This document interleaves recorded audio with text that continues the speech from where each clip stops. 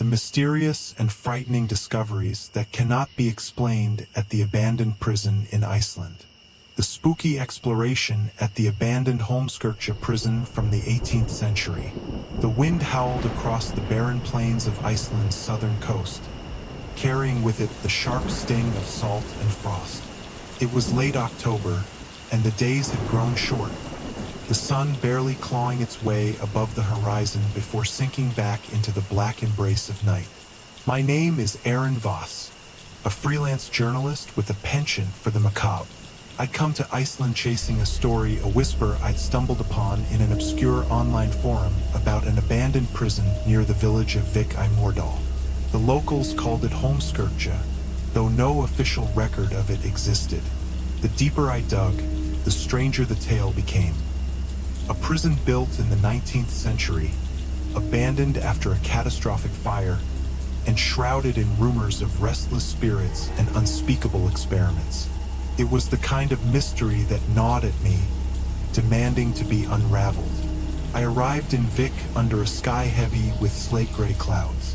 The village itself was a quaint cluster of houses dwarfed by the looming black cliffs and the restless Atlantic beyond.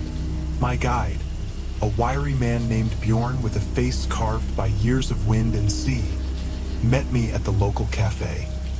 He'd agreed to take me to Holmskirkja, though his reluctance was palpable. "You sure about this?" he asked, his voice rough as gravel. "That place, it's not right. People don't go there. Not anymore." "I've heard the stories," I replied, sipping bitter coffee. "Ghosts, curses, the usual.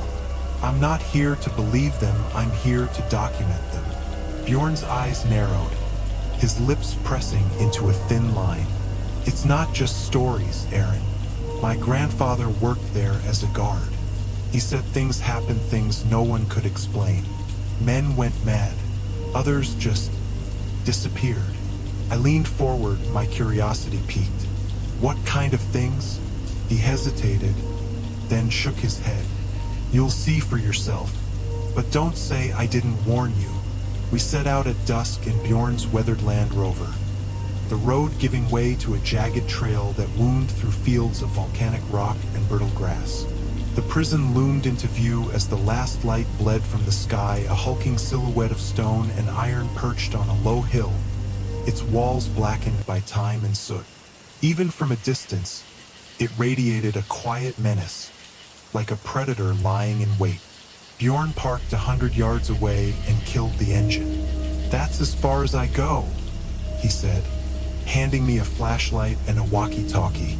"You've got 2 hours. If you're not back by then, I'm leaving." "Fair enough," I said, slinging my backpack over my shoulder. It held my camera, notebook, and a recorder, tools of my trade.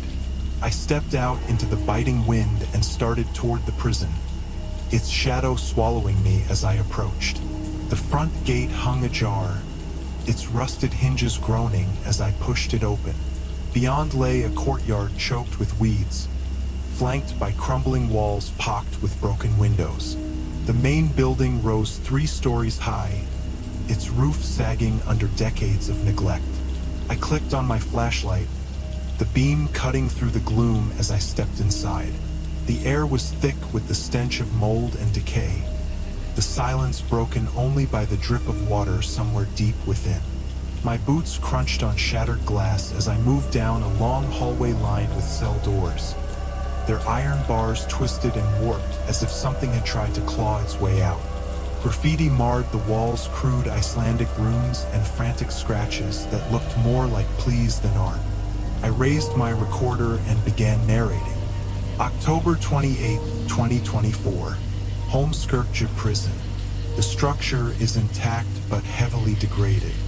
No signs of recent human activity. The atmosphere is oppressive, hard to describe.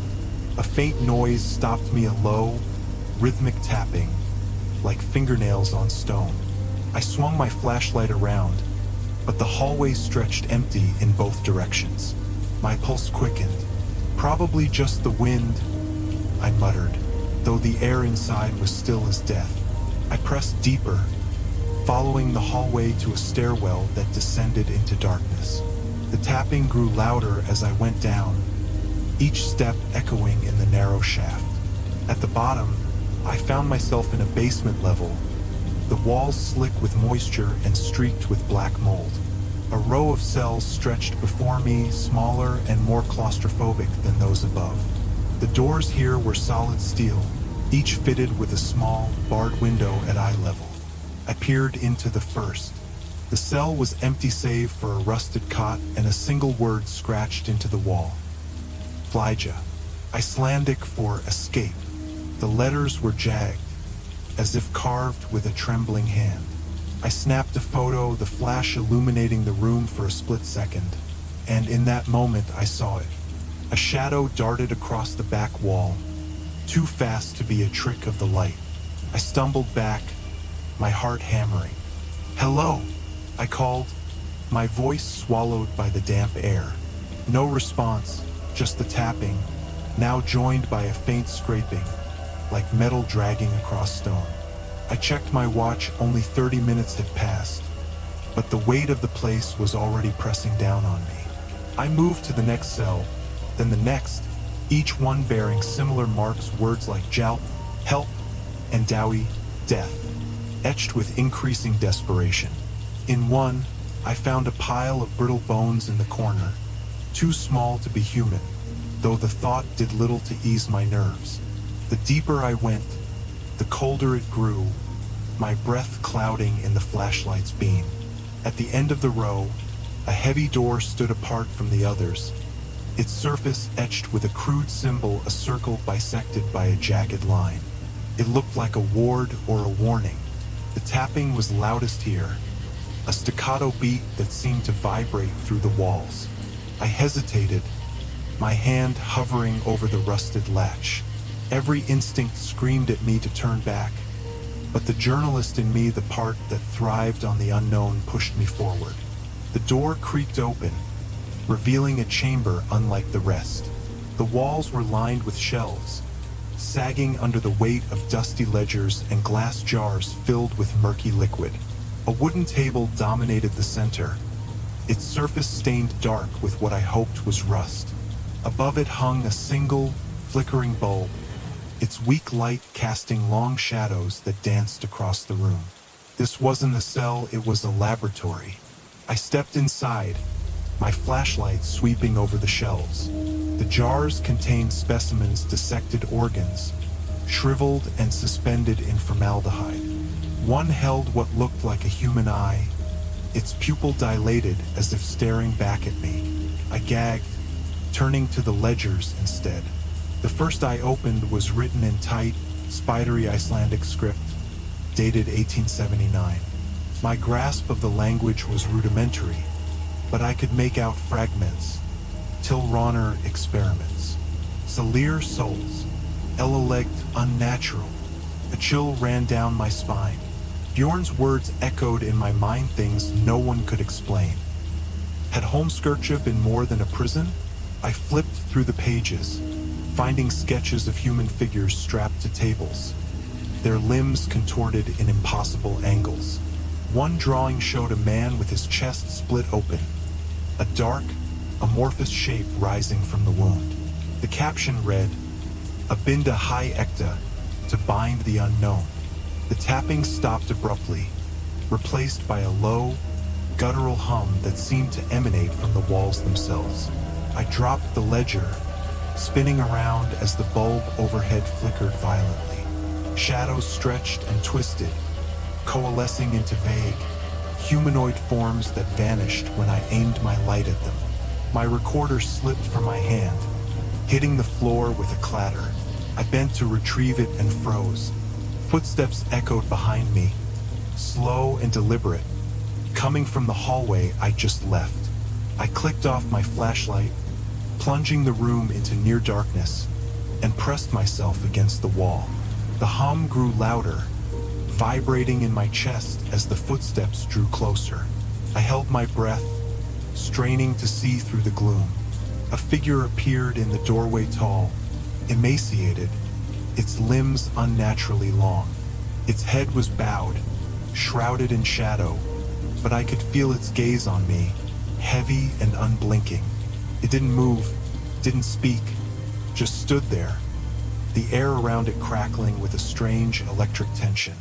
My walkie-talkie hissed to life in my bag, Bjorn's voice cutting through the static.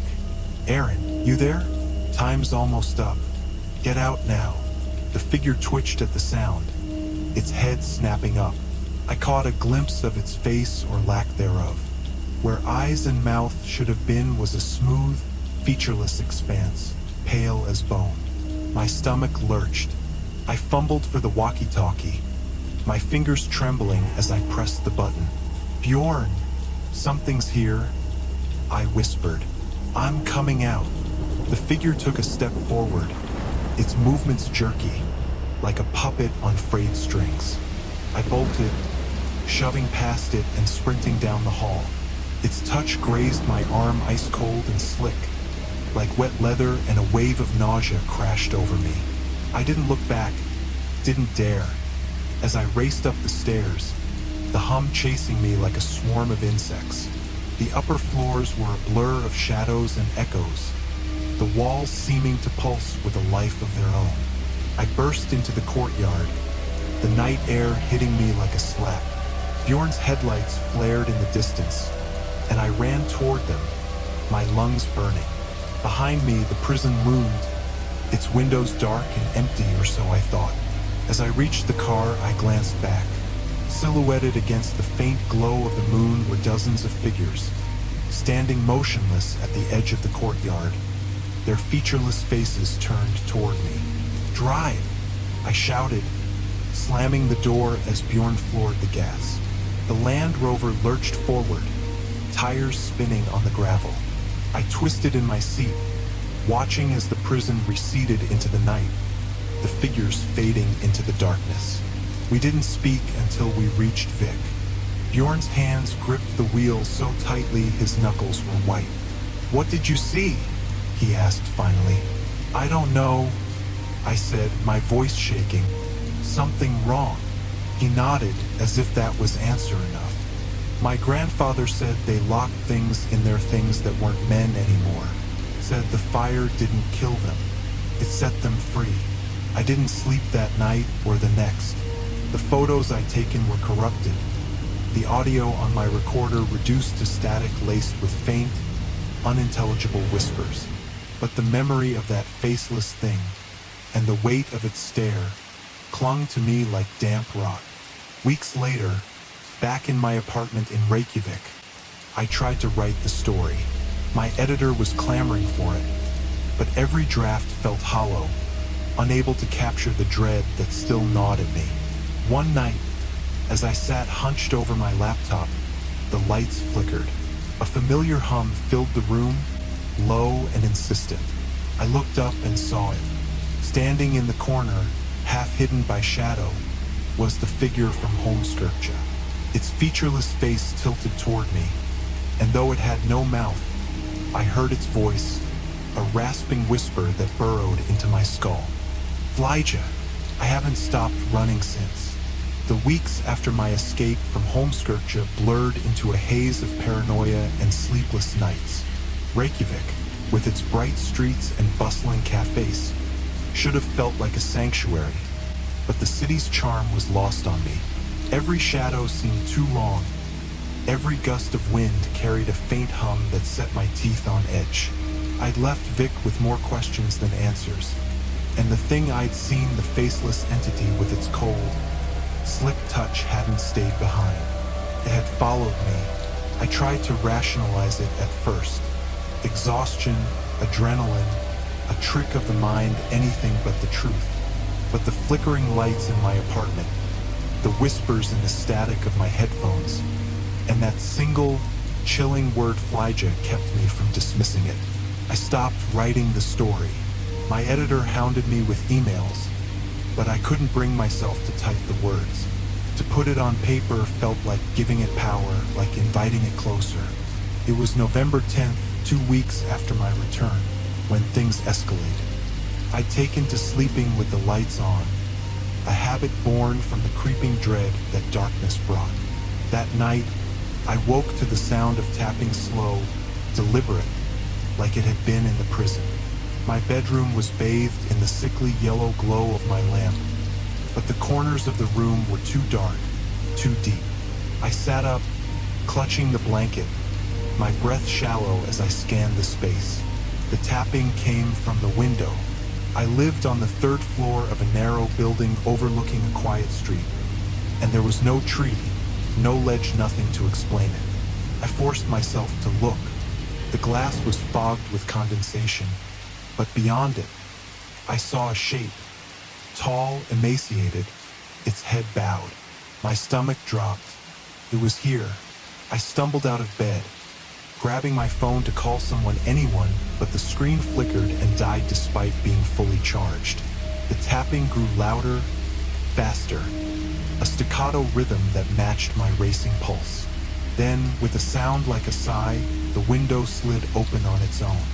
The room filled with a frigid draft, carrying the stench of damp stone and decay, the same smell I'd encountered in Holmskirche. I bolted for the door, but the air thickened, pressing against me like an invisible hand. The hum started again, low and guttural, vibrating through the floorboards. I turned, and there it was, standing in the center of my room. Its featureless face gleamed in the lamplight, smooth and pale, but now I saw something I hadn't before. Faint cracks spiderwebbing across its surface, like a mask about to shatter. It raised a skeletal hand, pointing at me, and the whisper came again, louder this time. Flyja, I don't remember how I got out. One moment I was frozen. The next I was pounding down the stairs, barefoot and half-dressed, the cold night air biting at my skin. I ran until my lungs burned, collapsing in a 24-hour diner on the edge of town. The waitress, a tired woman with graying hair, brought me coffee without asking questions, though her eyes lingered on my trembling hands. I couldn't go back to the apartment. Whatever that thing was, it wasn't bound to Holmskirche. It had latched onto me, a parasite I couldn't shake. I needed answers, and there was only one person who might have them: Bjorn. I tracked him down the next day, finding him at the same cafe in Vik where we'd met. He looked older somehow, his face more weathered, as if our trip to the prison had aged him a decade. When I told him what had happened, he didn't seem surprised, just weary. I told you, he said, stirring his tea with a shaky hand. That place doesn't let go. My grandfather warned me never to step foot there, but I thought it was just old superstitions. What is it? I demanded. What's following me? Bjorn leaned back, his gaze distant. Grandfather called them Draugr af Salem, ghosts of souls. Not dead, not alive, something in between. He said the prison wasn't just for criminals. It was a cage for things they couldn't control, things they made. Made, I echoed, dread pooling in my gut. He nodded. The experiments. They weren't trying to punish those men, they were trying to change them. Bind something to them. Something old, something from the earth itself. The fire didn't destroy it. It broke the chains. I swallowed hard, the pieces clicking together, the ledgers, the drawings, the jars. And now it's free? Some of it, he said. And it sounds like it's chosen you. I wanted to laugh, to call it insane, but the memory of that faceless thing in my bedroom choked the denial in my throat. How do I stop it? Bjorn's eyes darkened. You don't. You run. Or you go back. Go back. I stared at him, incredulous. To Holmskirche? Are you insane? It's the only way, he said quietly. Whatever's after you, it started there. Maybe it ends there too. Grandfather left something, a journal.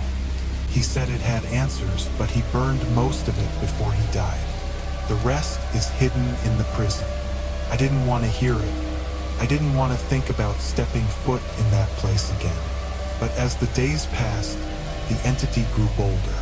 It appeared in reflections in shop windows, in puddles on the street, always watching, always closer. The hum followed me everywhere, a constant drone that drowned out the world. Sleep became impossible. Food tasted like ash. I was unraveling, and I knew I couldn't run forever. On November 15th, I made my decision. I rented a car, packed a bag with salt, iron, and a crude cross pathetic talismans born from desperation and drove back to Vic. Bjorn refused to come, but he gave me a map, hand-drawn and brittle, marking a hidden room in the prison's sub-basement. "If the journal's anywhere, it's there," he said. "And Aaron, don't trust what you see." The drive to Holmskirche was a descent into memory, every mile tightening the knot in my chest.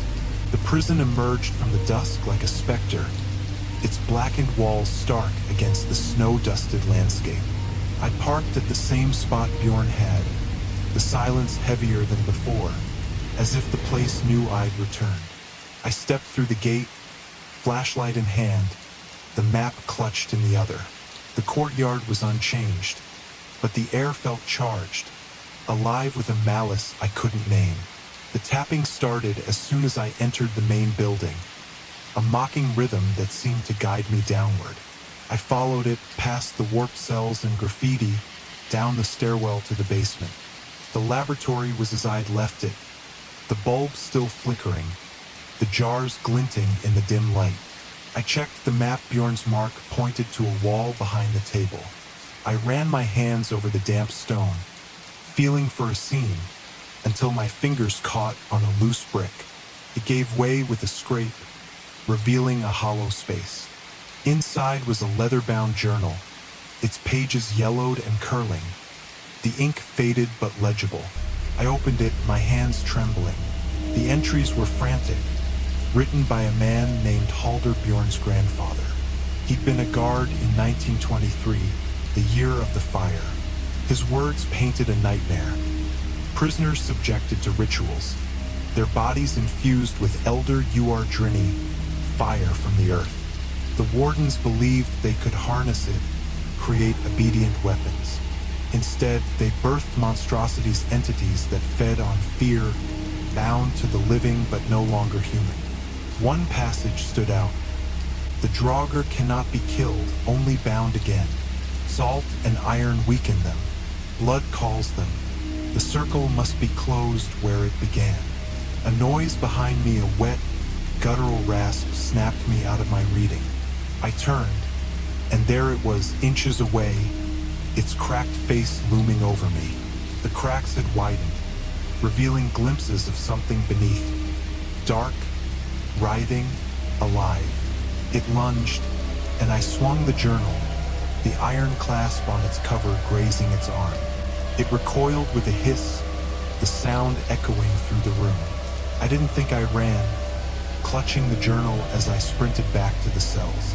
The hum swelled, joined by other voices, a chorus of whispers that clawed at my sanity. Shadows moved in my peripheral vision, more figures emerging from the darkness, their featureless faces cracking like porcelain. I poured salt from my bag in a clumsy circle around me, reciting Halder's words like a prayer. The entities circled, their movements erratic, but the salt held them at bay for now. I scanned the journal, finding a crude diagram, a circle with runes meant to trap the Draugr. I had no chalk, no tools, but I remembered the blood. With a shaking hand, I pulled a pocket knife from my bag and sliced my palm, wincing as red welled up. I smeared it on the floor, tracing the runes as best I could. The air grew heavy, the hum deafening. The entities pressed closer, the salt crumbling under their advance. I finished the last rune and shouted, "Bind them!" a desperate plea to whatever force might listen.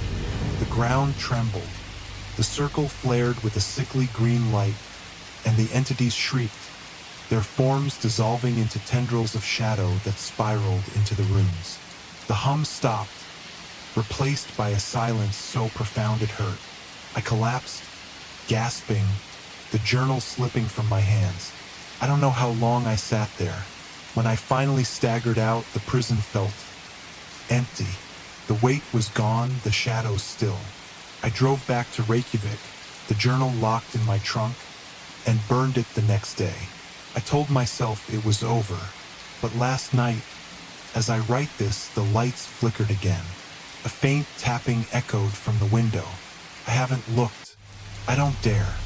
Burning the journal felt like an exorcism. I watched the flames devour Halder's frantic scrawl, the leather curling and blackening in the fireplace of my Reykjavik apartment. The acrid smoke stung my eyes, but I didn't look away, not until every page was ash. I told myself it was a clean break, a way to sever whatever tether still bound me to Holmskirkja. For a few days it worked. The tapping stopped. The hum faded. The shadows in my peripheral vision shrank back to normal tricks of the light. I even started sleeping again, though never deeply, never without the lamp blazing. But peace is a fragile thing, and mine shattered on November 22nd. It began with a package. I found it outside my door, a small wooden box wrapped in brown paper. No return address, no postage, just my name scratched into the surface in jagged, uneven letters. My first instinct was to throw it out, but curiosity, that damnable flaw of mine, won out. Inside was a shard of stone, black and glossy like volcanic glass, etched with the same circle and line symbol I'd seen on the laboratory door in Holmskirkja. A note was tucked beneath it, written in Icelandic. Asterisk slepter on Eki. Koma after. Asterisk, you didn't stop them. They're coming back. My hands shook as I set the box down. I hadn't told anyone about the prison, not my editor, not even Bjorn beyond our last meeting. Who could have sent this? The stone felt cold, unnaturally so, leaching the warmth from my fingers. I locked it in a drawer and tried to forget it, but that night, the dreams started. They weren't dreams, not really, more like visions, vivid and suffocating.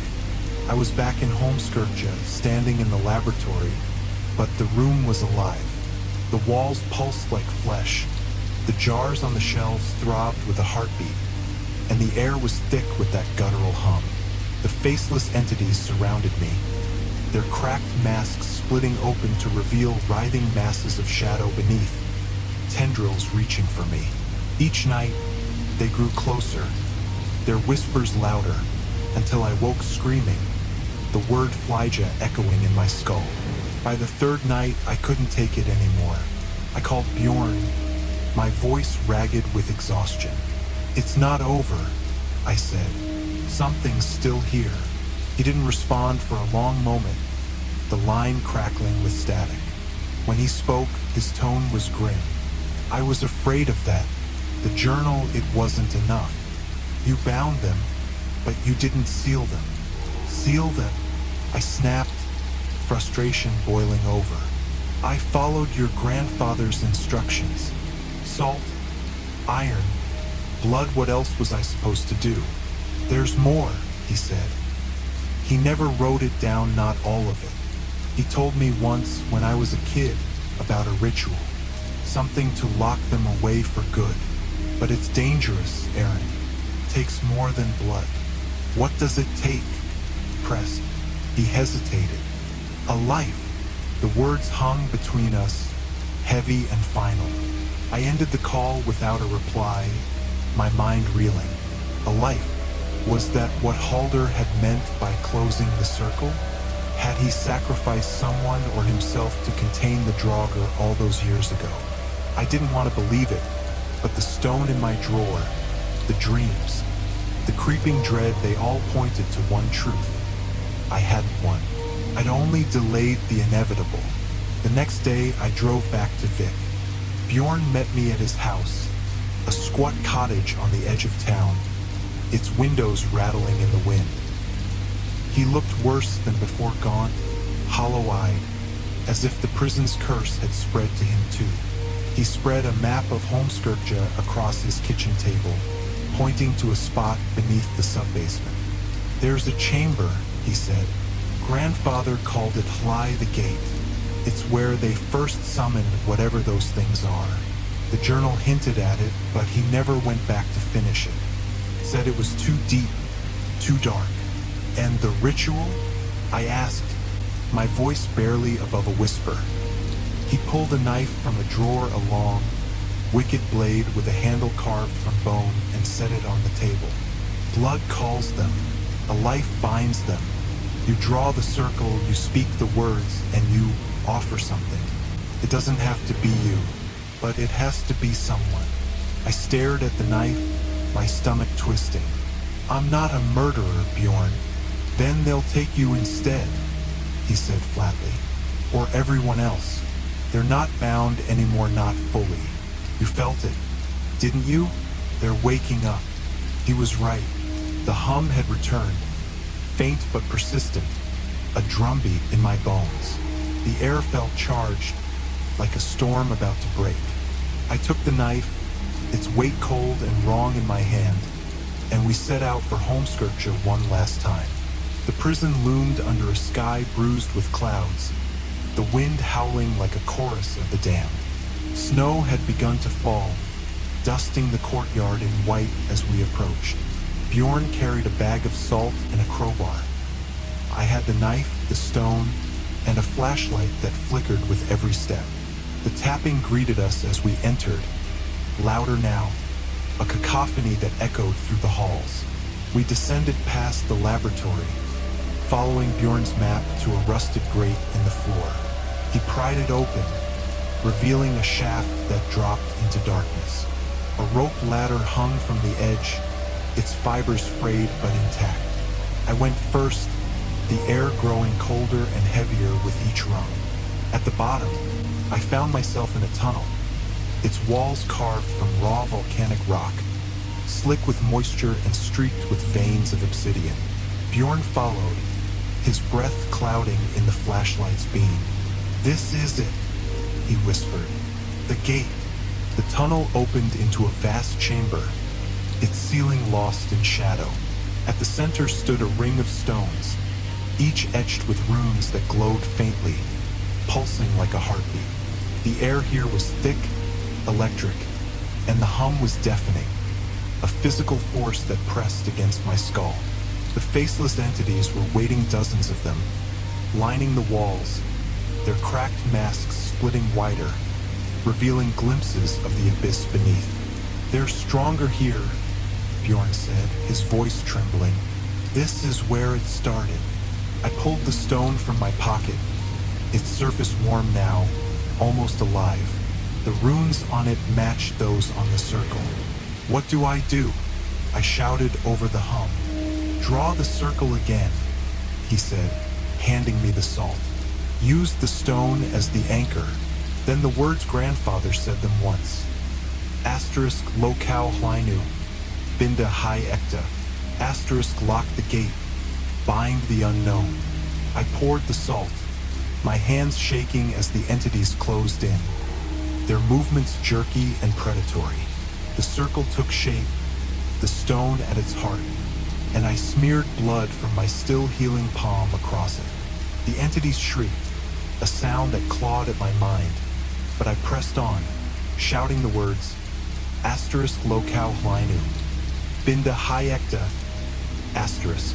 The ground shuddered, the runes flaring with that same green light. The entities lunged, but the circle held, their forms dissolving into shadow as they hit the barrier. But it wasn't enough, I could feel it. The hum didn't stop. The air grew heavier. Bjorn grabbed my arm, his eyes wild. "It needs more," he yelled. "The life, it's the key." I looked at the knife in my hand, then at him. "No," I said, stepping back. "I won't." He didn't let me finish. With a cry, he snatched the blade and drove it into his own chest, blood spilling onto the stone.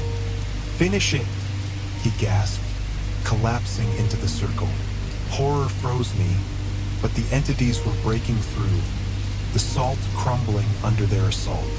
I stumbled forward, tears blurring my vision, and pressed my hands to the stone, screaming the words again.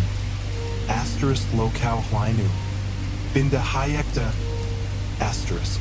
The chamber erupted. The runes blazed, the shadows spiraled inward, and the entities vanished, sucked into the stone like water down a drain. The hum ceased, replaced by a silence so absolute it felt like death. Bjorn lay still, his blood pooling around the stone, now dark and lifeless. I don't remember leaving. I woke in the courtyard, snow blanketing me, the prison silent and still. The knife was gone, the stone too. I drove back to Reykjavik, a hollow shell, and locked myself in my apartment. That was a week ago. I haven't left since. The dreams are gone, the tapping silent, but I feel it. Something watching, waiting. Last night, I found scratches on my door, faint but deliberate. Flyja. I burned the apartment this morning, watched it go up in flames like the journal. I'm on a plane now, heading anywhere, nowhere. The hum is faint, but it's there, buried in the engine's roar. I don't think I stopped them. I think I set them free.